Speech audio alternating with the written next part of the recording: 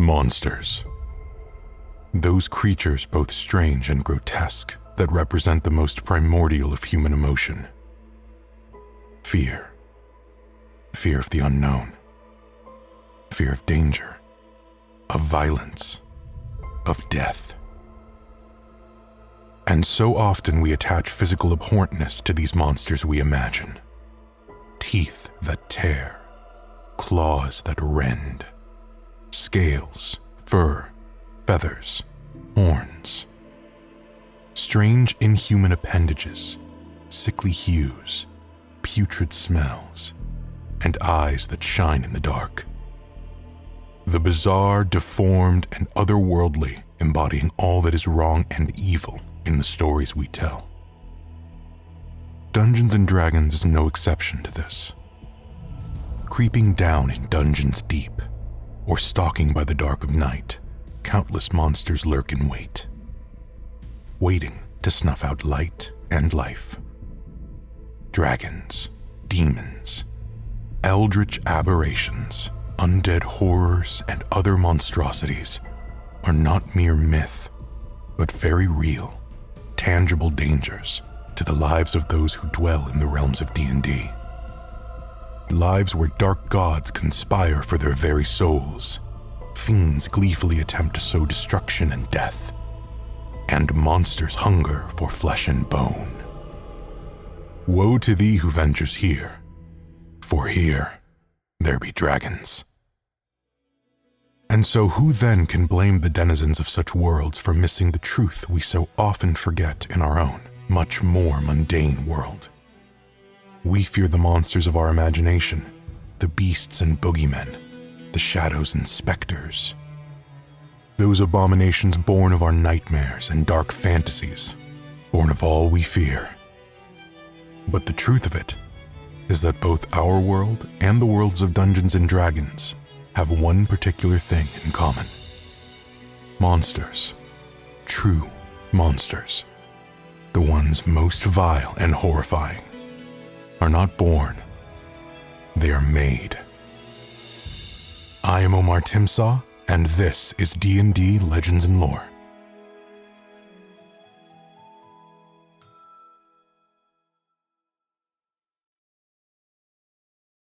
The city of Fleeth, Jewel of the East, a city of shining white. In sheer juxtaposition against the wild lands that surround it, the white walls of Fleeth stand proudly upon the eastern plains as a stronghold of civilization and order. Here, the divine power of Foltest, god of light, law, and order, rules.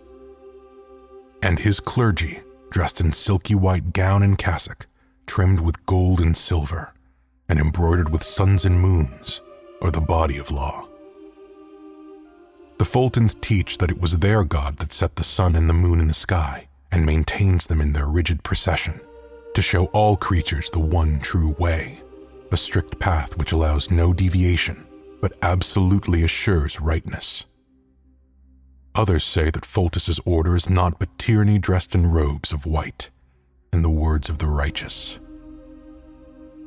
Whether through tyranny or divine benediction, for nearly 1,000 years Fleeth has sparkled on the plains of eastern Oeric. For nearly 1,000 years, the tribes of Vilest, the native people of these lands, have bent the knee to the clergy of Foltest and their shining city. For nearly 1,000 years, Fleeth has profited and prospered. But on this day, Fleeth was on the brink. The city was under siege. On all sides of the holy city was encamped an army like no other. For this army was composed of both the living and the dead. For centuries now, a dark tide had been growing in the west, a tide that had seen the tribes and settlements of the plains fall one by one. And now the tribes of Vilest had been wholly conquered and united under a single banner. They had all come to heal under a new master. Those who resisted or stood against this master were first to die, only for their bones and corpses to be raised to serve in death.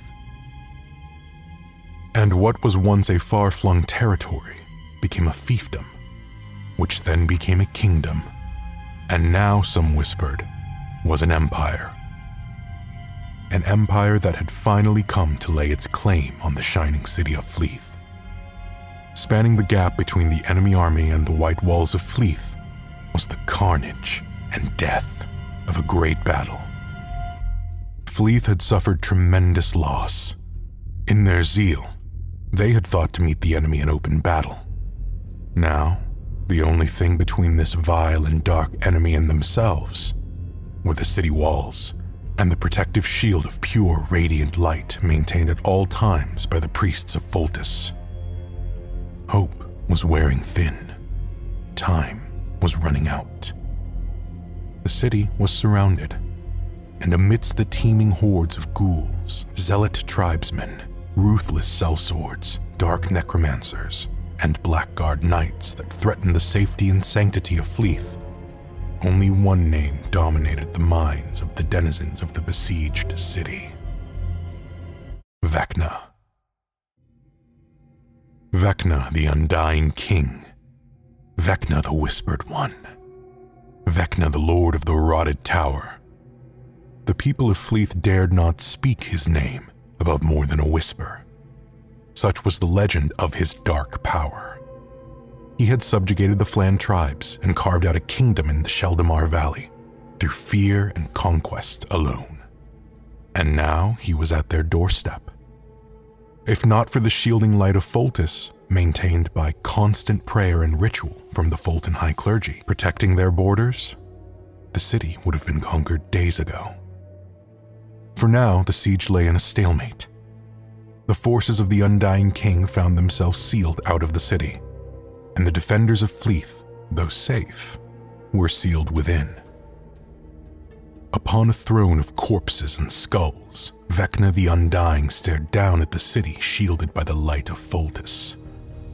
Suspended above in the dark night sky, hung low the two moons of Earth. Both were nearly fully occluded in the darkness, and a knowing smile crept across the taunt flesh of the undead wizard's face. The time for his plan was soon to come, with the changing of the moons. But his smile did not reach his eyes, for in his eyes burned a seething, depraved hatred. A hatred so potent, it would not be quelled save by fire and blood. A hatred so uncompromising that allies closest to the undead king knew that this was more than mere expansion of his empire. This was personal. Mazel walked with her son down the streets of Fleeth. She refused to acknowledge or notice the hushed voices or looks of unease that followed them as they made their way. She was used to them. Her people, the Urflan, were shunned and feared by others, even before the colonization of Fleeth. They were mystics, druids of the old faith.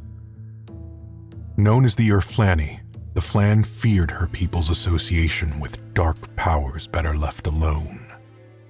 And with the coming of the Fultons, this ostracization only continued. Called the Untouchable Clan, the few remaining Urflan were designated to a job that befit their station in the eyes of both Flan and Fulton alike. They were made handlers of the dead, embalmers and undertakers, and how those who worshipped and prayed to the god of light and life so hated associating with those who worked in the dark and with the dead. Disdain and denigration were all Mazel had ever known. The fools, all of them. What did they know of her people or their ways? Nothing.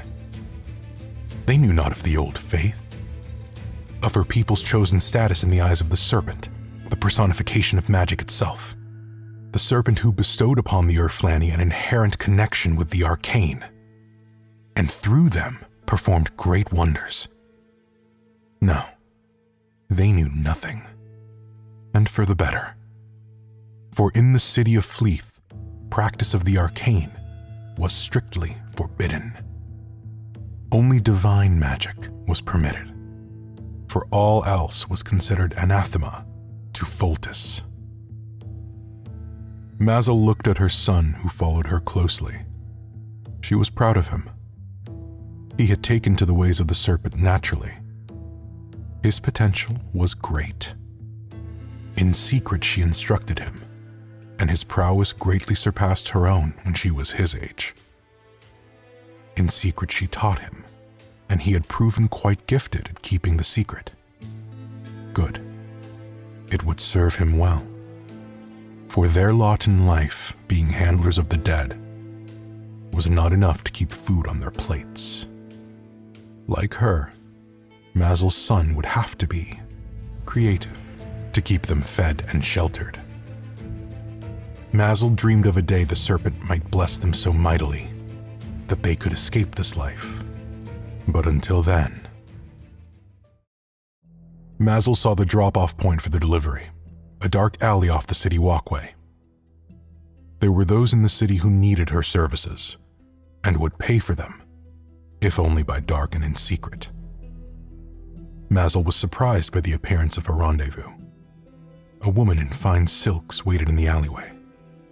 Whoever the client was, if even their servant was dressed in silk, it only meant one thing: high nobility.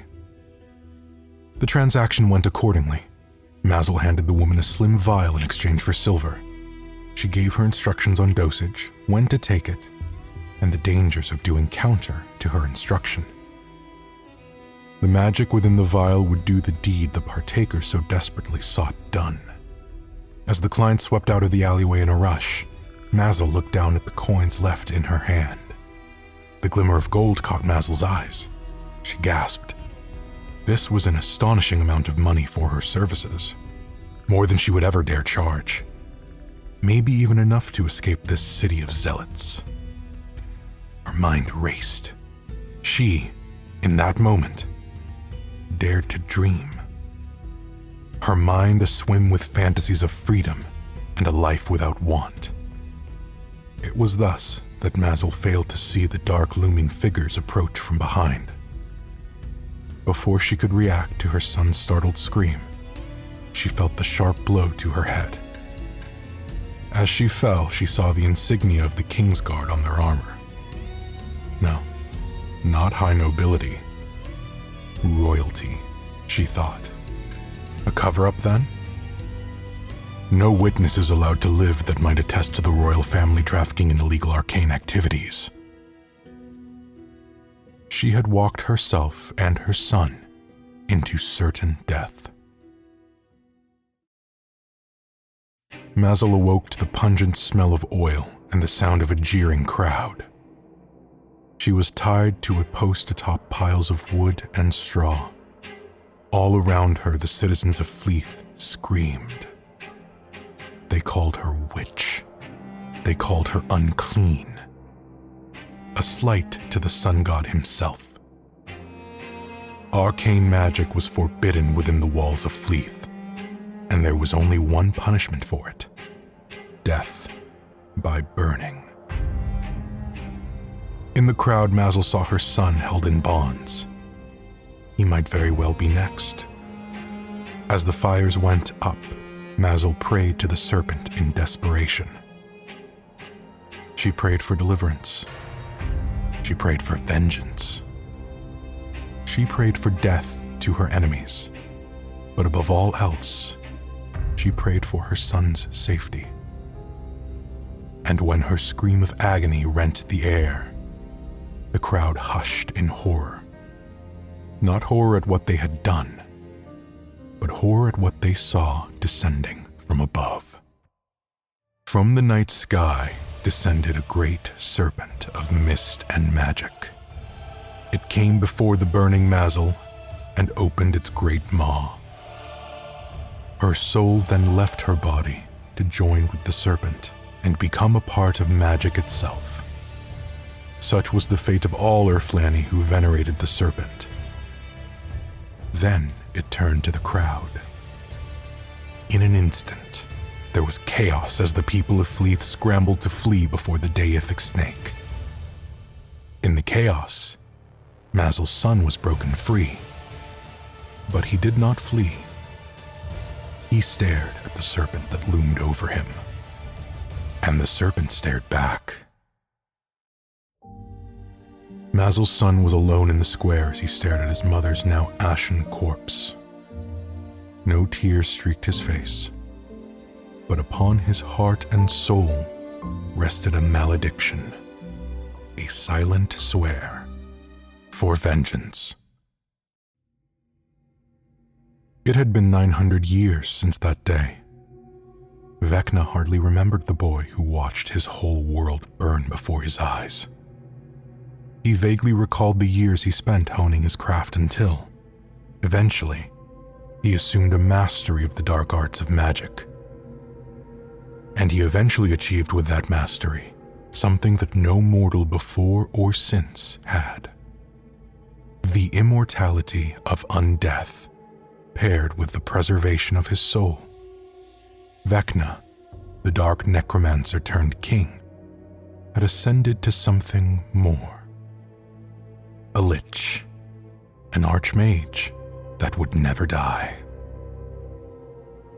But even after all of this time, Vecna remembered quite clearly what the serpent had whispered to him on that day, and he remembered the curse of vengeance that he swore. Tonight was the night that vengeance was realized. Under the dark of the 2 new moons, when Foltest's power was at its weakest, Vecna would strike. He would use his magic to hide a siege tower under a veil of invisibility. His ghouls would breach the walls in the dead of night, and he would stride through the shield of light. It would be unpleasant, but with the changing of the moons, it would not be fatal. Once through, he would harness all his magic to twist time and space itself, to open a portal for his armies to penetrate the hallowed barrier and into the heart of the city. By morning, the city would be his. The plan unfolded just as Vecna had designed. The ghouls swarmed the walls of Fleeth, opening a path for the Archlich. Vecna hovered over the wall and up to the barrier of light. He paused for a moment. Then he moved into it. The light seared him. It burned his decrepit form and nearly blinded him. But Vecna endured. He need only push forward a bit more to pass through. But then, he came upon something firm and immutable. A hard light construct barred his passing. Something was wrong. Vecna's knowledge of divine magic was not as extensive as the arcane, but this was not the structure of a protective barrier. It was then that Vecna realized that the barrier light of Foltest wasn't a mere shield. It was a trap.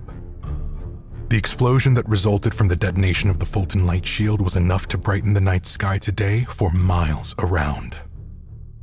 The holy light evaporated hundreds of undead and burned shadows into where they stood. The shockwave cracked the walls of the city and sent Vecna's troops into chaotic disarray. The Lich's body was shattered and aflame as it came crashing to the earth nearly a mile from the city walls. And Vecna knew that these next few moments of burning agony would be his last.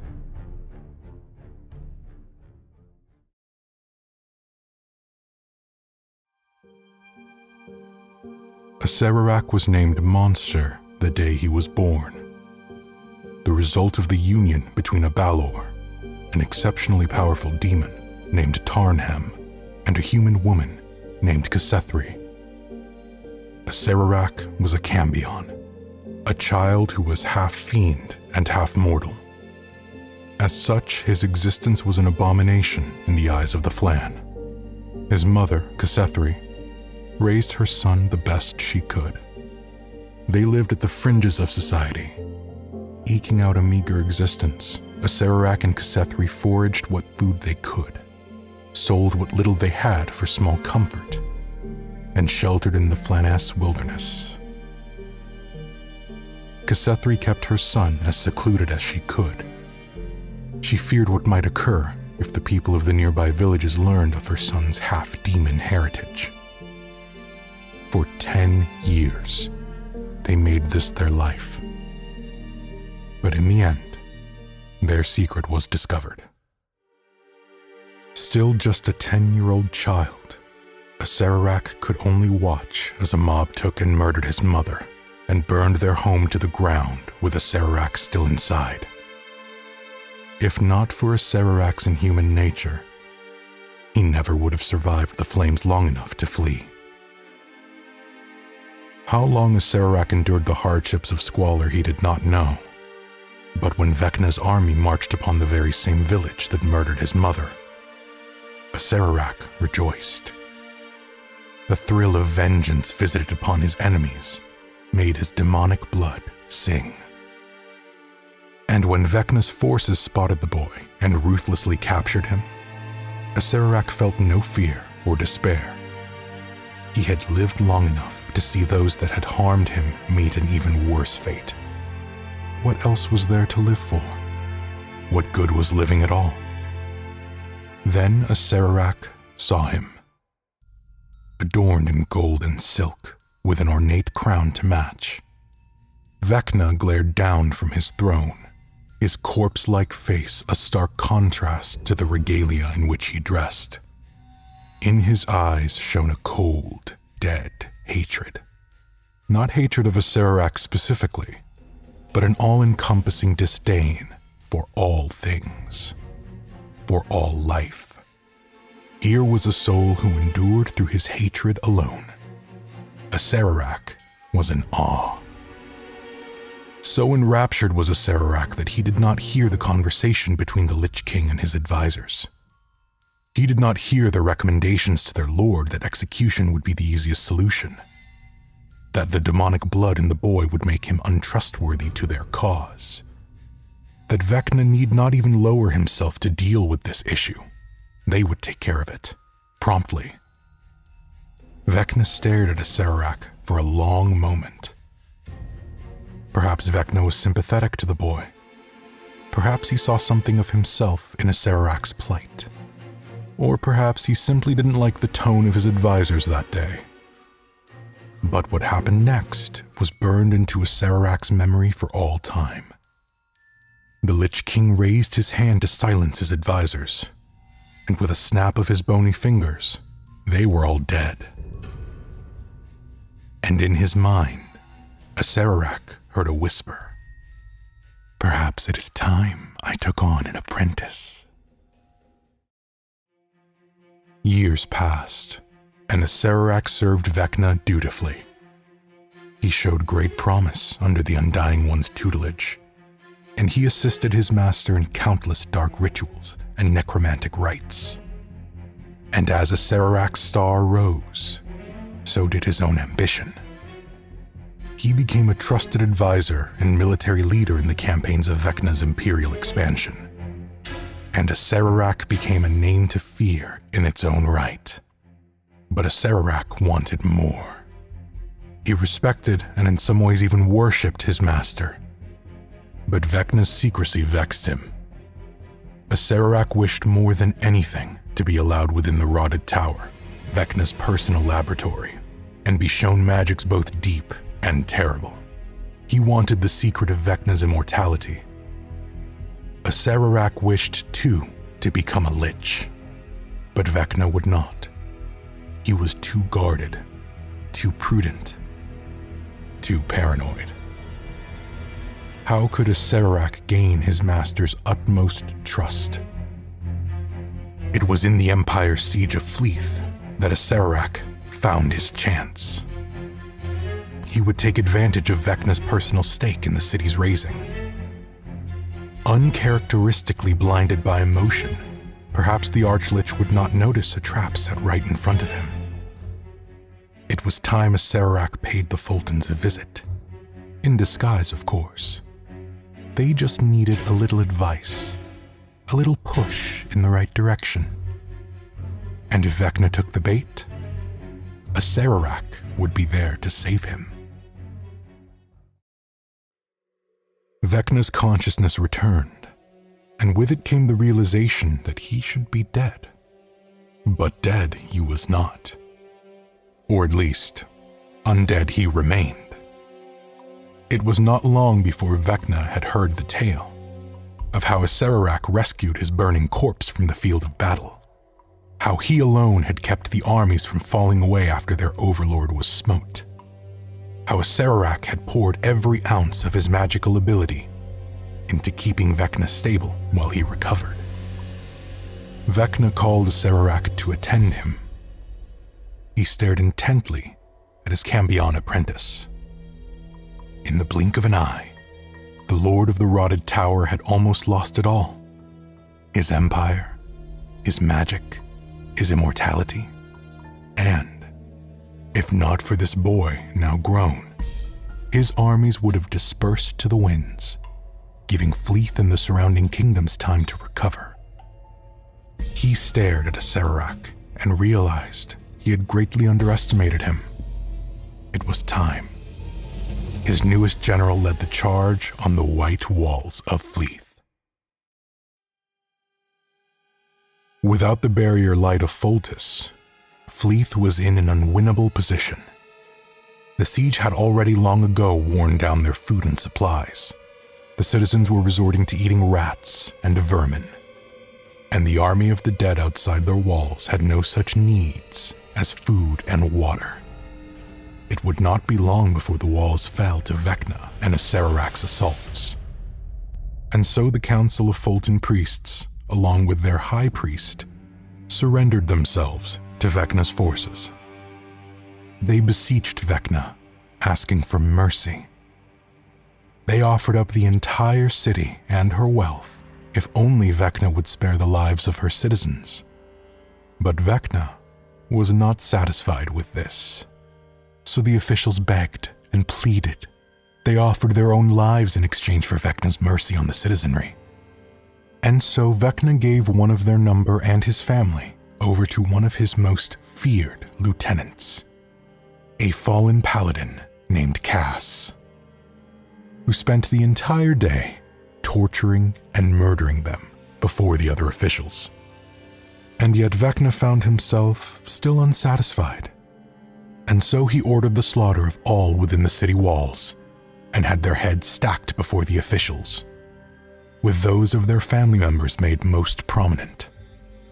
It was then that Vecna decided to grant his mercy.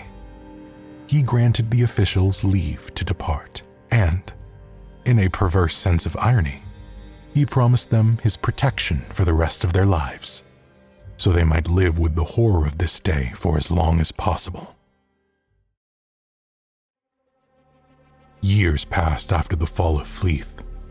Vecna's empire continued to expand. He conquered vast realms and swept great cities beneath earth and rock.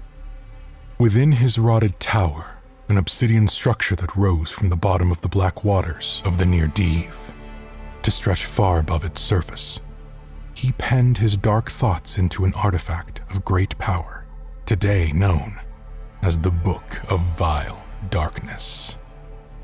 And Vecna grew dissatisfied. He was the most powerful wizard in the history of Earth. He was an orphan who became a king, who in turn became an immortal emperor. But as that power grew, Vecna became even more paranoid.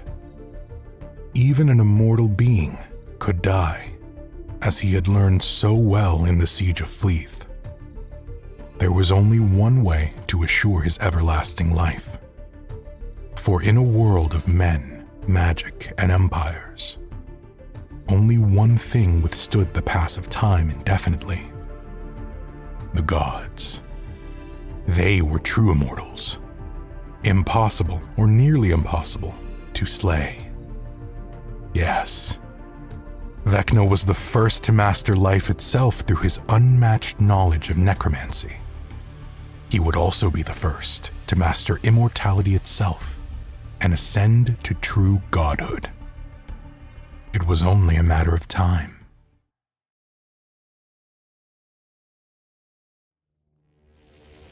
Acererak fled by dark of night.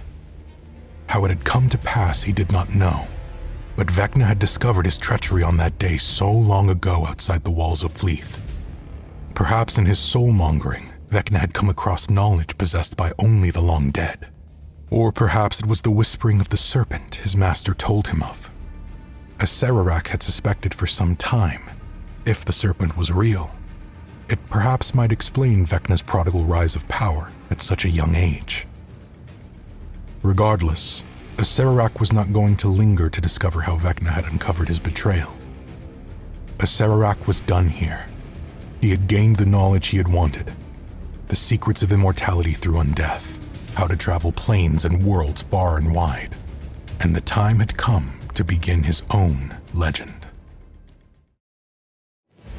After Acererak's escape, Vecna's rage, always a fearsome thing, rose to new heights.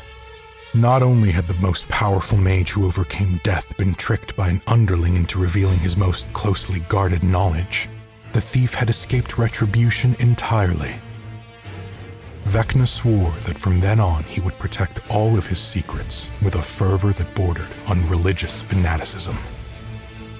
While Vecna's power grew, his obsession with secrecy became a literal religion to those who worshipped him.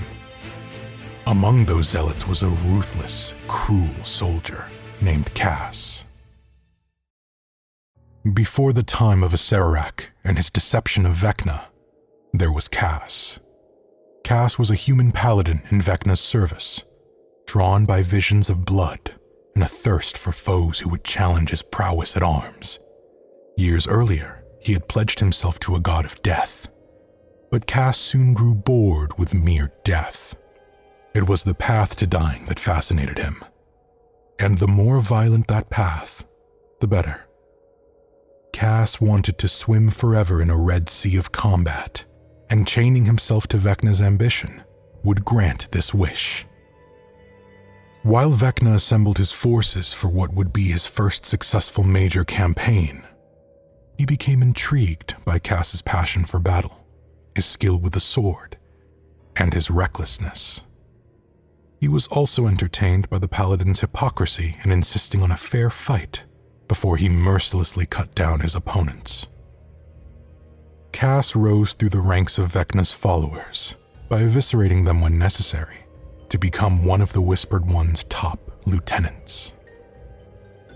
He gained the name Bloody-Handed when, after the Battle of Fleeth, Cass publicly tortured and then butchered an entire family chosen by Vecna for no other reason than to torment the city officials who were foolish enough to plead with Vecna for their citizens' lives. In Cass, Vecna believed that he had found a reliable weapon as long as there was blood to be spilled.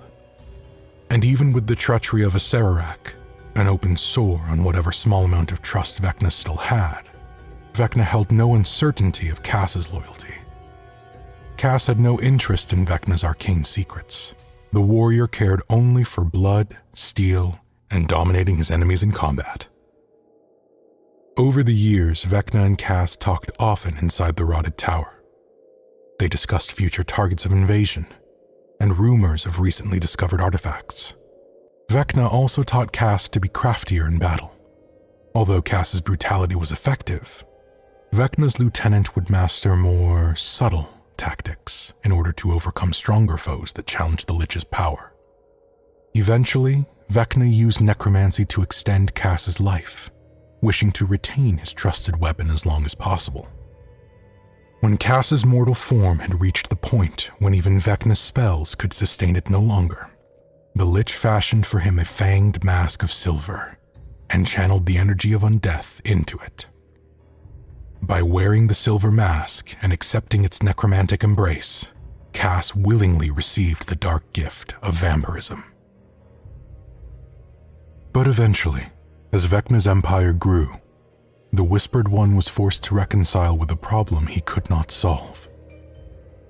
He had not yet found the path to godhood, and in his current corporeal form, he was increasingly becoming unable to watch over all of his lands, slaves, and future test subjects alone. He would need to share power with another. Of course, Cass seemed the logical choice, but Vecna's practicality was mixed with paranoia. Even though a century had passed since Acererak's treason, the memory of that humiliation came to dominate Vecna's thoughts. And so, the Master of Secrets sought a window into even the possibility of seditious thoughts that Cass might have. He made for Cass another gift, an enchanted sword of great power, forged from the frozen heart of a fallen star. As he spoke the final enchantments over it, he carefully pulled a thread of shadow from his own consciousness and wrapped it around the sword's black blade. From that point on, as long as Cass bore the sword, Vecna would be able to listen in on Cass's activities, and even his thoughts. Cass was honored by Vecna's offering. According to the martial code that the vampire imagined he still followed, the gift of steel from the hand of a warrior's lord was among the greatest of honors. He felt the sword's strength the instant he drew it from its scabbard, made from the skin of gibbeted doppelgangers, and with his characteristic lack of imagination, named it the Sword of Cass. As for Vecna, his confidence was now supreme. More lands were being brought under his rule by sword, spell, and claw. His most powerful minions were obedient, or at least controlled. He now had an unobstructed path to his ultimate goal of godhood. But such confidence is a slow and insidious killer. His scheme to spy on Cass proved to be too clever. The Sword of Cass not only contained part of Vecna's consciousness, it contained a portion of Vecna's avarice, obsession with secrecy, and lust for knowledge. The sword's intelligence quickly wrapped itself in a mental cloak to shield itself from Vecna's detection. And it began to feed Vecna false thoughts of obedience from Cass, while it instead nurtured rebellion in the vampire's heart. The sword turned against its creator. It believed that there could be only one true Master of Secrets, and it sought to seize that title by destroying Vecna. As the years passed, it subtly influenced Cass's mind, gradually convincing him that Vecna didn't want to share power with anyone, let alone a brutal, unsophisticated warrior. It also made Cass aware of Vecna's attempts to read his mind through the sword. The discovery of Vecna's distrust of him struck Cass's steadfastness like a hammer blow. Perhaps these thoughts he had been harboring were more than mere fancy. Perhaps it was time the student became the master. Cass wished to seek retribution on Vecna immediately, but the sword assured him that the ideal time would come. Of course, Cass was unaware of the sword's true motives, believing the sword was loyal only to him. And it was loyal in its way, as long as Cass was committed to the death of Vecna. The time had finally come. Over a century of work had led to this moment. Through the use of artifacts and rituals, his own terrible intellect, and the harvested lives of thousands of victims, Vecna had finally gathered enough power to perform a new rite that would transform him into a god.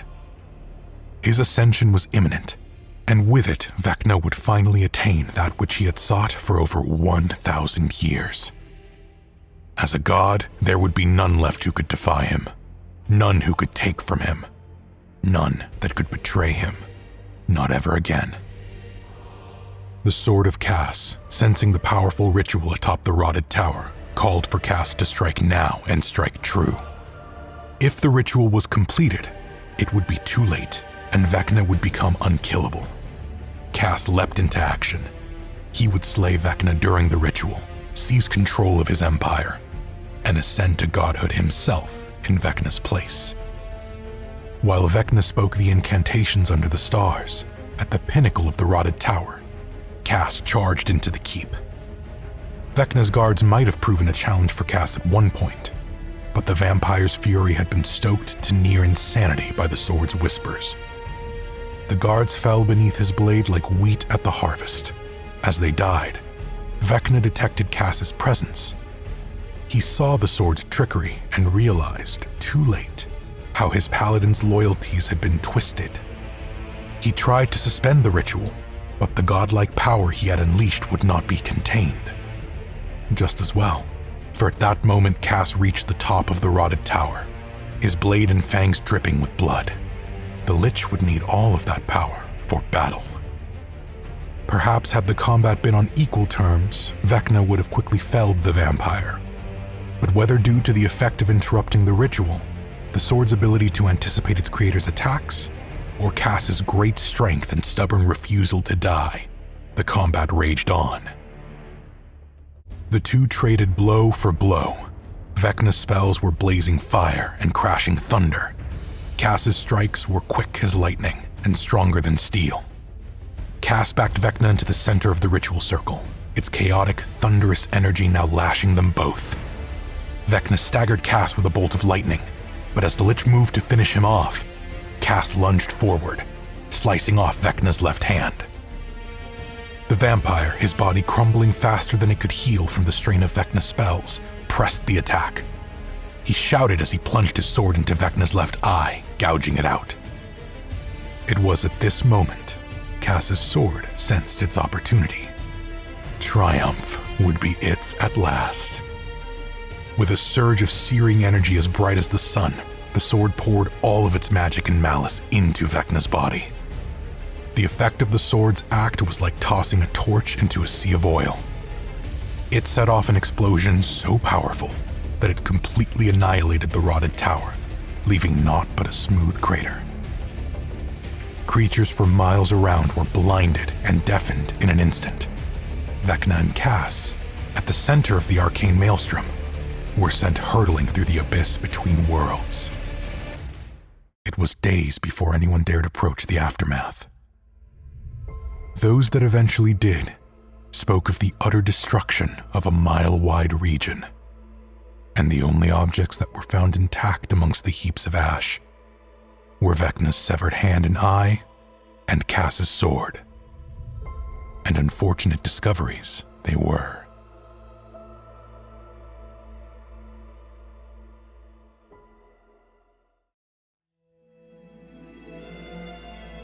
This episode was brought to you by our patrons, Nick Kivers, Noah Crawford, Daniel Paoliolo, Tina Marie, Keith DeVault, Tyler Lehman, Kevin Rigdon, Zach Ochoa, Frank Thames, Christian Roberts, and Kevin. If you enjoyed this episode and want to support D&D Legends and Lore, subscribe to our Patreon, where you can get early ad-free episodes, D&D adventure kits, Legends and Lore merch, and live play D&D content. Also, if you enjoyed this episode, make sure to like, comment, and most importantly, leave us an Apple Podcast review or Spotify rating. It really helps make the show more searchable and reach even more future LNL fans. With that, we'll see you next time, and until then, may your games be adventuresome.